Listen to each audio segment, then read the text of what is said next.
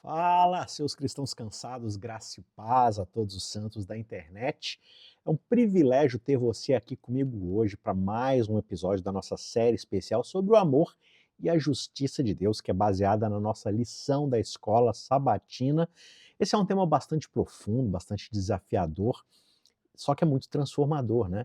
Pensar a respeito do caráter de Deus dentro do esquema do grande conflito é sempre muito importante. E, infelizmente, a nossa série está quase terminando, faltam só 3 episódios contando com hoje, mas tem sido bastante interessante se aprofundar nessas questões, né, do que a gente entende sobre o amor e sobre quem Deus é e sobre o que ele tem feito. E o tema de hoje traz uma pergunta reflexiva muito importante: o que mais eu poderia ter feito? Nas últimas lições, nos últimos episódios, a gente tem conversado um pouco sobre aquele tipo de pergunta que a gente faz quando olha para o mundo ao nosso redor, a gente observa tanta dor, tanta injustiça, sofrimento, e aí a gente se pergunta, né? Onde é que está Deus no meio de tudo isso? Ou, se Deus é bom, por que há tanto mal no mundo? Essas perguntas, elas são reais, elas doem de verdade, elas nos incomodam.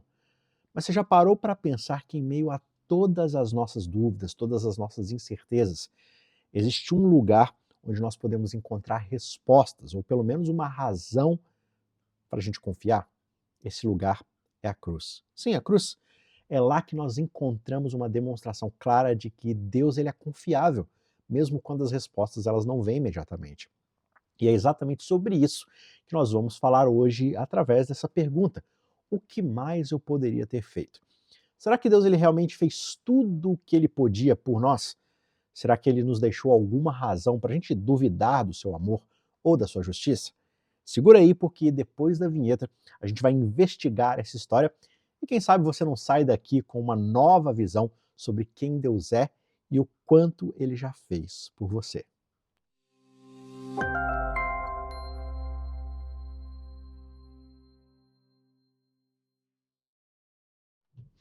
Antes da gente continuar, você quer ficar por dentro de tudo que sai aqui no canal Cristãos Cansados? Você quer acompanhar todas as reflexões, os nossos podcasts, os nossos cursos bíblicos? Já deixa aí a sua inscrição no canal. Aqui embaixo você encontra um botão escrito inscrever-se. E aí você clica, tem um sininho do lado, você ativa ali todas as notificações e assim você não perde nada do que sai aqui. A gente tem aulas de teologia, estudos da Bíblia, podcasts sobre meditações da Bíblia, a gente está estudando sobre o filho pródigo aos domingos, né? Nossa classe bíblica vai voltar às sextas-feiras muito em breve com os profetas menores. Então, para você não perder nenhuma dessas novidades, clica aqui em se inscrever, ativa as notificações e assim você não perde nenhum episódio, especialmente dessa nossa série que está quase terminando também, tá bom? E já deixa aquele seu like para fortalecer aqui o nosso ministério, para que esse vídeo possa aparecer para outras pessoas, assim você abençoa a gente demais da conta, tá certo? Agora vamos direto ao ponto e a gente volta para aquela pergunta que ficou no ar antes da vinheta. Será que Deus ele realmente fez tudo o que ele poderia ter feito por nós? E para a gente começar a responder isso, eu quero levar você para um momento muito tenso na história de Jesus, porque esse momento ele ocorre pouco antes da sua morte. É justamente ali naquele meio do seu julgamento, sendo jogado para cá e para lá, e tem um trechinho de uma conversa que ele tem com Pilatos, que está registrada lá em João, capítulo 18, verso 37. Pilatos, investigando Jesus, questionando ele, pergunta: então quer dizer que você é rei? E aí Jesus responde algo muito fascinante. Ele fala assim: olha, você está dizendo que eu sou rei, mas eu nasci e vim ao mundo para testemunhar da verdade. E todo aquele que é da verdade ouve a minha voz. Agora pensa comigo. Jesus em momento algum disse que o seu reino não tem nada a ver com este mundo. Algumas traduções ou alguns intérpretes sugerem isso, né? Que ele está falando que o reino dele não tem nada a ver com isso daqui, com essa terra. Mas o que Jesus disse de verdade é que o seu reino não vem deste mundo, não tem origem nesse mundo. Embora possa parecer semelhante, isso faz toda a diferença. Veja, o reino de Jesus, ele não tem origem, ele não tem qualidade terrena, mas ele tem um destino claro, ele tem uma finalidade clara: este mundo. Foi por isso que ele veio até aqui pessoalmente, se encarnou, se fez um de nós. Ele veio para trazer luz, para trazer a verdade sobre quem Deus é e trazer esperança para um mundo mergulhado em trevas. E é aqui que entra o contraste poderoso entre os dois tipos de reino. O reino terreno, como o reino de Pilatos ou de qualquer outro sistema humano, é baseado no quê? Na força, na violência, na coerção, na fama, no status, no dinheiro, no poder político. Mas o reino de Jesus, ele é baseado única e exclusivamente na verdade, especialmente a verdade sobre quem Deus é. E você sabe o que é mais incrível? A verdade do reino de Cristo, ela não é uma ideia abstrata, não é um conceito filosófico, uma discussão acadêmica, distante e fria. A verdade, ela é uma pessoa, é o próprio Jesus. Porque é justamente através da pessoa de Cristo que a gente consegue conhecer a verdade sobre Deus. Nós jamais compreenderíamos na prática quem Deus é, o quanto Ele nos ama, se nós não tivéssemos Jesus diante de nós, diante dos nossos próprios olhos, vendo Ele agindo, falando, tratando cada um que cruzou o seu caminho. Então, a partir de Cristo, nós vemos a glória, como João vai dizer, como do unigênito do Pai. Quem vê Jesus, vê o Pai. Agora, deixa eu te fazer uma pergunta.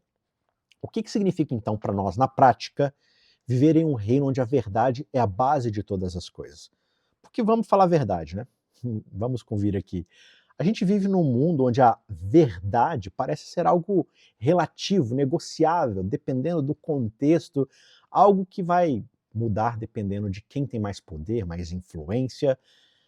Mas Jesus, ele veio para mostrar que existe uma verdade que ela não pode ser manipulada. É uma verdade tão sólida que Jesus estava disposto a morrer por ela. E se o seu reino é para este mundo, então nós, como seus seguidores, também somos enviados ao mundo. É justamente isso que Jesus vai dizer lá em João 17,18. Quando ele ora ao Pai, ele ora dizendo o seguinte: assim como tu me enviaste ao mundo, eu os enviei ao mundo.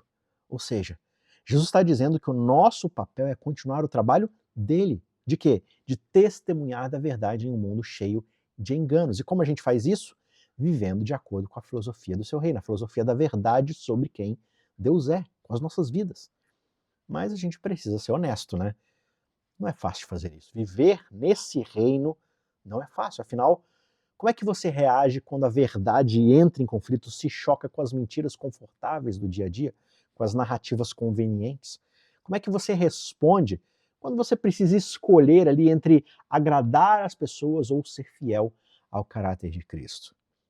E talvez a resposta para isso seja justamente a gente refletir sobre o que Cristo fez por nós. Quando a gente pensa na cruz, o que vem à nossa mente? O que vem à sua mente quando você pensa na cruz? Coloca aqui nos comentários, eu quero que você participe dessa discussão. Talvez você imagine dor, sofrimento, sacrifício, e tudo isso é verdade, a cruz é tudo isso. Só que agora eu quero te convidar a enxergar algo um pouco mais profundo. A cruz como a maior demonstração do amor e da justiça de Deus, que tem sido o tema desse nosso trimestre, dessa nossa série. Lá em Romanos 3, 23 a 26, Paulo vai lembrar para a gente de uma realidade bastante difícil de engolir. E a sociedade hoje ela tenta convencer a gente do contrário. O ser humano é bom, o ser humano só precisa de oportunidade para fazer o bem, todo mundo é bom, ninguém é mal. Paulo diz, olha, todos pecaram e todos caíram longe da glória de Deus. E todos quer dizer todos, eu, você, todo mundo. Ninguém nesse mundo presta. Geralmente, ou a gente está fazendo o mal, não importa aqui o grau de mal, a gente está fazendo algum tipo de mal, ou se nós estamos fazendo o bem, geralmente a gente está fazendo o bem por razões malignas. Por egoísmo, por orgulho, para se mostrar, para poder conseguir algo em troca. Só que graças a Deus o texto ele não para por aí. Paulo continua dizendo que, apesar de todos nós sermos pecadores e termos caído longe da graça de Deus, nós somos justificados gratuitamente de graça pela graça de Deus, por meio da redenção que há em Cristo Jesus. E é esse o ponto central aqui. Deus ele apresentou Jesus como um sacrifício para demonstrar a sua justiça. Mas por que Deus ele precisaria demonstrar sua justiça? Não é óbvio que ele é justo? E a resposta está justamente no contexto que a gente tem estudado aqui nesse trimestre, que é o grande conflito cósmico. Desde o início, Satanás ele tem lançado dúvidas sobre quem Deus é, sobre o seu caráter. Ele acusa Deus de ser um governante injusto, arbitrário, até mesmo incapaz de governar com amor. Ele é simplesmente um ditador que quer que as pessoas façam a sua vontade. E se ele não consegue convencer pela imposição da força, ele convence comprando as pessoas, como é o caso que ele acusa Jó. Ah, Jó só te serve porque você deu bênçãos para ele. A cruz, ela é justamente a resposta definitiva a essas acusações. Olha só o que Paulo diz mais uma vez em Romanos 5, verso 8. Ele diz que Deus prova o seu próprio amor para conosco pelo fato de Cristo ter morrido por nós quando ainda éramos pecadores. Ou seja, Deus não tinha nada para receber de nós quando ele veio fazer o seu sacrifício. Nós não fizemos nada por esse sacrifício, nós não entregamos nada, nós não pagamos nada. Ele veio quando ainda estávamos perdidos nos nossos pecados. Então, qual que é o destaque aqui desse texto? Deus prova, ele demonstra. Ele não simplesmente joga palavras vazias ao vento, ele demonstra o seu amor através de ações concretas na pessoa do seu filho. E lá na cruz, nós vemos um Deus que não apenas fala sobre amor e justiça da boca para fora, ele as vive plenamente, até mesmo diante da morte. E você sabe o que é mais incrível nisso tudo? A cruz ela não foi apenas um gesto simbólico, uma solução temporária. A cruz foi um ato definitivo que revelou ao universo inteiro quem Deus realmente é. Satanás ele foi desmascarado como aquilo que ele é de fato, um mentiroso, um assassino, como Apocalipse 12, 10 a 12 descreve. Enquanto Deus ele mostrou que a sua justiça não é algo separado do seu amor, não são coisas distintas. Na verdade, amor e justiça caminham juntos em perfeita harmonia no seu caráter. Lá em Isaías 53, verso 4, o profeta diz pra gente que Jesus, ou o Messias, nas palavras de Isaías, ele levou sobre si as nossas dores e ele carregou os nossos sofrimentos. Isso significa que Deus ele não apenas observa o nosso sofrimento lá longe, lá num céu distante, etéreo, sem fazer a menor relevância na nossa vida. Não. Ele entra nesse mundo, suja o seu pé com a nossa poeira, caminha os nossos caminhos, veste os nossos sapatos, sente as nossas dores, experimenta as nossas perdas, as nossas angústias, o próprio medo da morte. Então, quando a gente se encontra diante de todo tipo de provação, dos sofrimentos que a gente experimenta na vida, como é que a gente pode ter confiança no amor de Deus? E a resposta está na cruz. É a cruz que nos lembra o tempo todo que Deus ele fez tudo o que era possível para nos salvar, sem comprometer em qualquer momento a liberdade ou os princípios do amor. Deus não se apegou a nada. Como Paulo vai dizer lá em Filipenses 2, ele deu tudo de si, se esvaziando até a morte e morte de cruz. Agora, já que a gente passou aqui rapidamente por Isaías, vale a pena a gente dar uma olhada num texto aqui que o guia de estudo dessa semana traz, que é uma canção, um poema que está registrado em Isaías no capítulo 5. E essa canção, esse poema não é assim, uma poesia qualquer, não é uma música qualquer. É uma música cheia de significado, cheia de teologia, que vai falar sobre um vinhedo, né, um pé de uva, uma plantação de uva. E isso era algo assim bastante comum, fazia bastante sentido para o povo da época, porque tinha muita gente naquela época que trabalhava em vinhedos, em plantações, era parte da vida deles, essa agricultura de fazer as uvas, de cuidar, plantar as uvas, né? Mas aí, como sempre, o profeta ele vai usar esse algo familiar da realidade cotidiana deles para trazer uma mensagem mais profunda sobre Deus. E Isaías começa nesse poema descrevendo o cuidado que o dono do vinhedo tinha. E claro, aqui ele está falando de Deus como esse dono, né, dentro dessa parábola, dentro dessa ilustração. E Deus, o dono da vinha aqui, ele não poupou nenhum esforço para fazer essa vinha prosperar. Ele escolheu um terreno bom, fértil, ele limpou as pedras, afofou o terreno, plantou as melhores videiras possíveis, construiu uma torre para proteger o vinhedo e até preparou um lagar para o vinho, ou seja, aquele lugar que você usa para pisar as uvas e extrair o suco dela. Tudo estava pronto para uma colheita incrível. Mas aí vem a surpresa, e uma surpresa negativa. Em vez de uvas boas, maduras e doces, o vinhedo produziu uvas selvagens, ou como o texto original sugere, uvas podres. Você consegue imaginar a frustração do dono da vinha? E então, Deus faz a pergunta que dá o título do episódio de hoje. O que mais eu poderia ter feito pelo meu vinhedo? O que mais eu poderia ter feito por essa plantação de uva que eu não tenha feito? E essa pergunta ela é muito profunda, porque ela não é uma pergunta sobre uvas, e também não é uma pergunta só sobre o povo de Israel na época de Isaías. Essa é uma pergunta sobre todos nós. Deus investiu tudo de si em nós, seu amor, sua paciência, suas bênçãos, a sua graça. E a grande questão é, o que nós fizemos e estamos fazendo com tudo isso? Isaías deixa claro que o problema não estava no dono do vinhedo, ou no cuidado que ele teve ou deveria ter. O dono fez tudo o que era possível e até mais. O problema estava na resposta da videira. Em vez dela produzir justiça e retidão, que são os frutos que Deus esperava, que o dono da vinha esperava, o que Israel produziu? O que a humanidade produziu? Opressão, mentira, assassinato, guerras, descontentamento, gritos de desespero. Agora pensa comigo.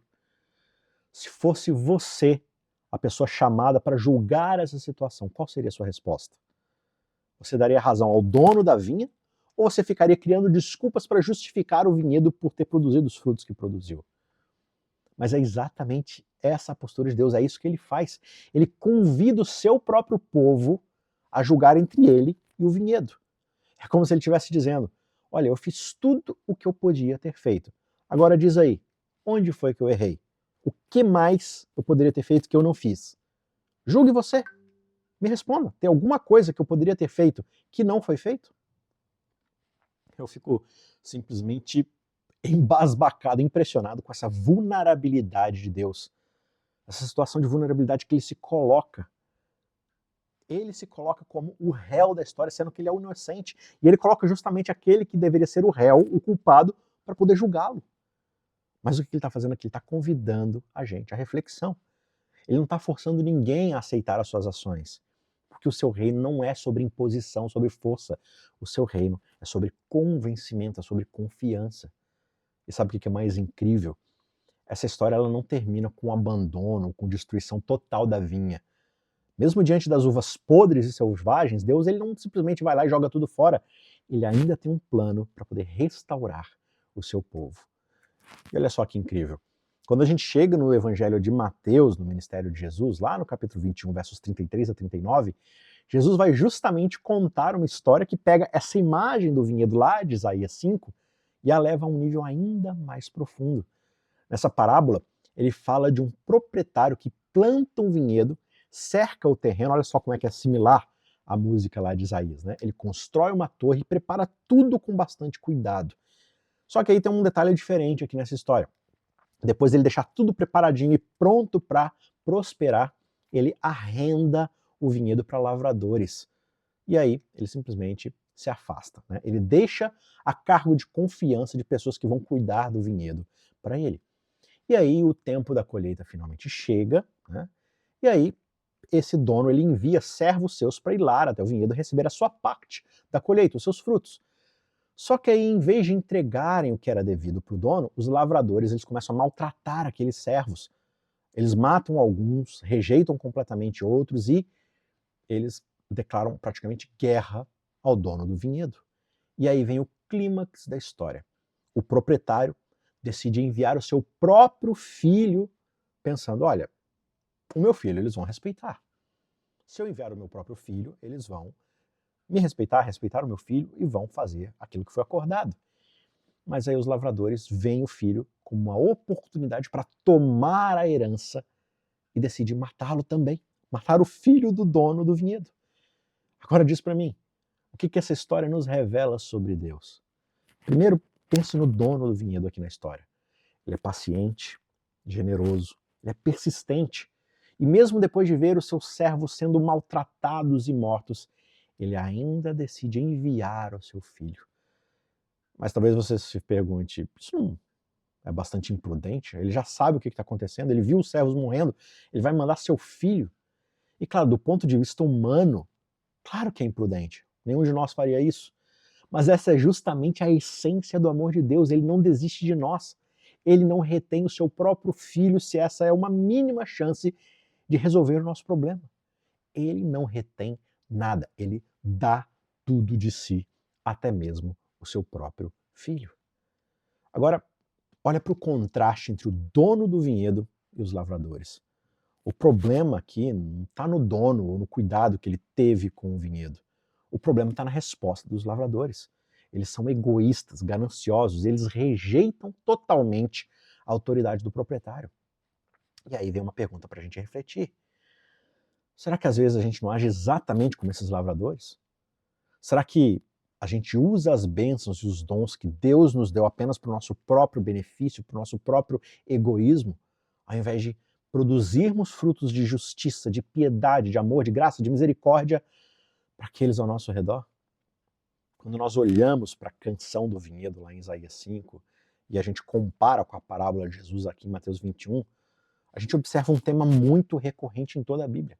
Deus se colocando numa posição vulnerável, convidando suas criaturas a julgarem o seu caráter e a sua situação.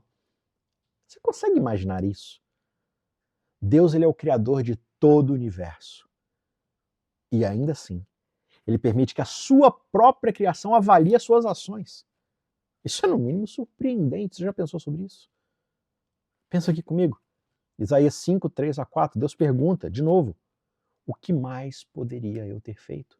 Julgue, ó Israel. Julgue você, Isaac, julgue você, Maria, João, Pedro, Teresa, julgue as minhas ações. Será que tem mais alguma coisa que eu poderia ter feito que eu não fiz? Veja, Deus ele não está aqui simplesmente declarando que ele fez tudo o que podia. Ele está pedindo para o seu povo dar um veredito. Lá em Romanos 3,4, Paulo ecoa essa ideia quando ele diz, olha, que Deus seja considerado verdadeiro e todo homem mentiroso, porque está escrito, para que sejas justificado nas tuas palavras e prevaleças quando fores julgado. É como se Deus estivesse dizendo, olha, eu estou disposto a colocar tudo à prova, colocar tudo diante de você para você analisar as evidências. Examine vocês, pegue os fatos, pese, decida, considere por você mesmo. Veja se eu estou errado ou se eu estou certo. Essa é a postura de um ditador? É essa a postura de alguém que governa pelo medo, pelo terror? Assim como Satanás acusa Jesus e Deus de serem? Não, essa é a postura de um Deus que é forte moralmente, que confia no seu caráter a ponto de entregar tudo de si. Ele jamais impõe a sua autoridade com base na força bruta, no seu poder majestoso. Ele conquista pela verdade, pela confiança e pelo amor. Mas por que isso importa, você pode estar se perguntando? Não basta simplesmente dizer o que é e aí, beleza, a gente aceita ou não? Por que Deus ele simplesmente se submete ao julgamento das suas próprias criaturas? E a resposta está na essência do conflito cósmico. Desde o início, como a gente tem visto aqui nessa série, Satanás lança essas dúvidas sobre o caráter de Deus, acusando ele de ser injusto, de ser arbitrário. E é por isso que a cruz foi e é a resposta definitiva a todas essas acusações. É na cruz que Deus demonstra que ele não apenas sofre conosco, ele sofre mais do que qualquer um de nós. E isso nos leva ao ponto principal. Quando nós enfrentamos dúvidas ou sofrimentos, nós podemos olhar para a cruz e ver a prova maior de que Deus fez tudo o que era moralmente possível para nos salvar, sem comprometer o seu caráter de justiça ou o nosso livre-arbítrio. Por isso a cruz nos lembra que mesmo quando nós não entendemos tudo o que está acontecendo, nós podemos confiar nele, porque ele fez tudo o que poderia ter sido feito, até entregar o seu próprio filho. Então, quando nós olhamos para a cruz, a gente vê algo extraordinário se tornando claro. Esse conflito sobre o caráter de Deus, que não poderia ter sido resolvido com demonstrações de poder, né, imposição da força, tudo isso foi respondido pelo Deus que sofre voluntariamente, que se entrega porque quer. Alguém que se não se apega ao poder. Ah, você é um tirano que obriga as pessoas a te servirem. Ah, é? Veja o que eu faço. Eu não me apego ao meu poder, eu não me apego ao meu trono, eu não me apego à minha glória. Eu me esvazio, assumo uma forma de criatura Sou servo até a morte, e morte de cruz, para demonstrar o meu caráter de verdade.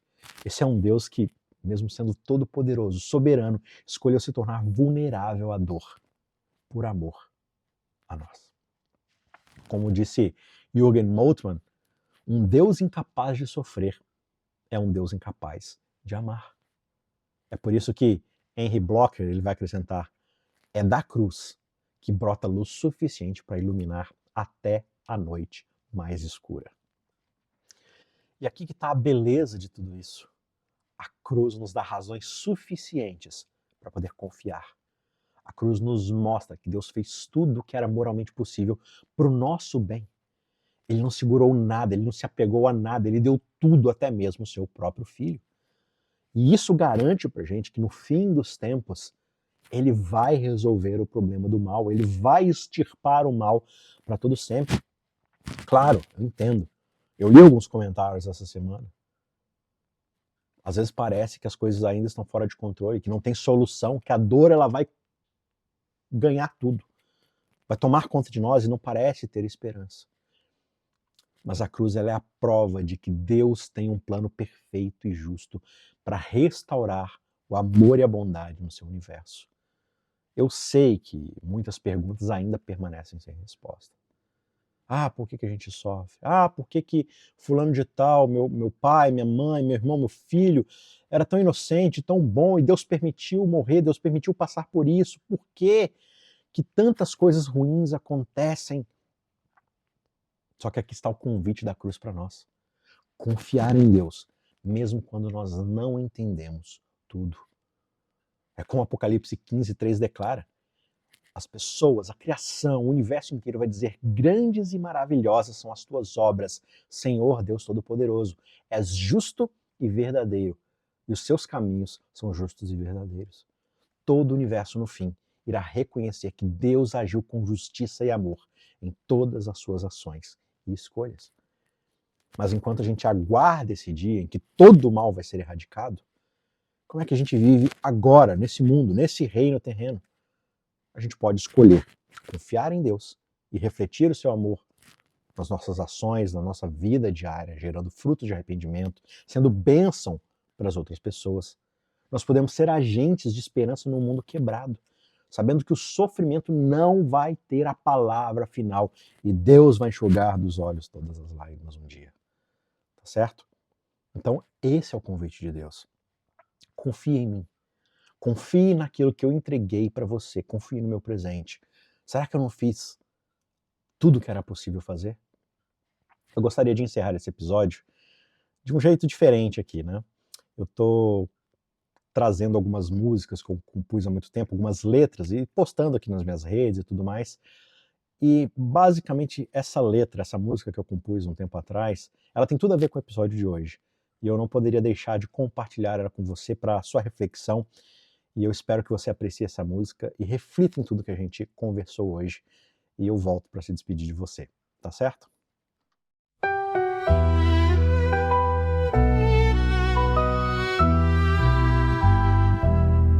Quando penso no Calvário, imagino toda dor, vejo o pior do homem entregando o seu próprio Salvador. Posso contemplar sua face, o seu sangue a escorrer, a coroa de espinhos, vida em gotas a verter. Mas o outro lado da cruz, a glória que rasga o véu, Deus derrama a sua graça, transformando o justo em réu. O lado lindo da cruz, o lado que ninguém pode ver, um pai que se esvazia pelos filhos que não quer perder.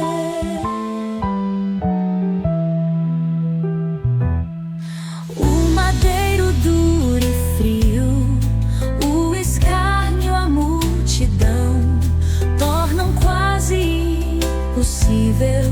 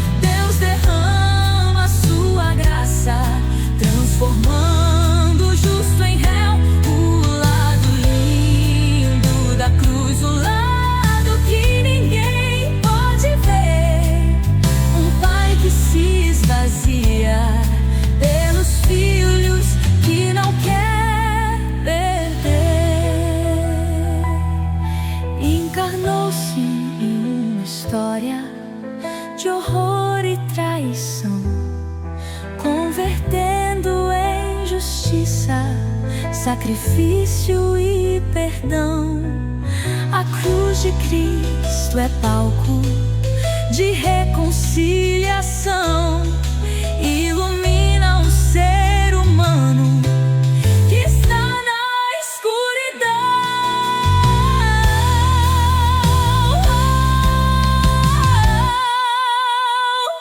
O outro lado da cruz, a glória que rasga o véu. Deus derrama a sua graça, transformando o justo em réu. O lado lindo da cruz, o lado que ninguém pode ver. Um pai que se esvazia pelos filhos que não quer perder.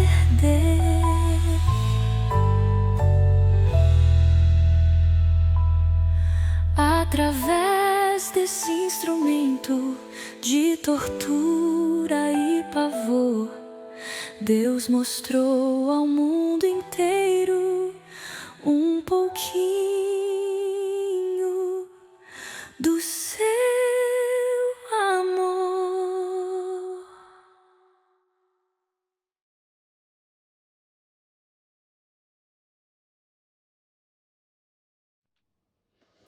Esse é o lado oculto da cruz, onde a humanidade enxerga morte, desespero, pavor, traição. Deus demonstra todo o seu amor, se esvaziando, dando tudo de si para não perder os seus filhos. Essa é a mensagem da cruz. Eu espero que essa mensagem toque o seu coração. Medite nela durante essa semana e a gente se vê para o penúltimo episódio na semana que vem. Tá certo? Se essa mensagem tocou seu coração de alguma forma, deixa o seu like, se inscreve aqui se você não está inscrito, compartilha esse vídeo com alguém que precisa ouvir sobre o amor de Deus. Eu encontro você na semana que vem para a gente continuar explorando como essa história impacta diretamente as nossas vidas. Até lá e que Deus te abençoe.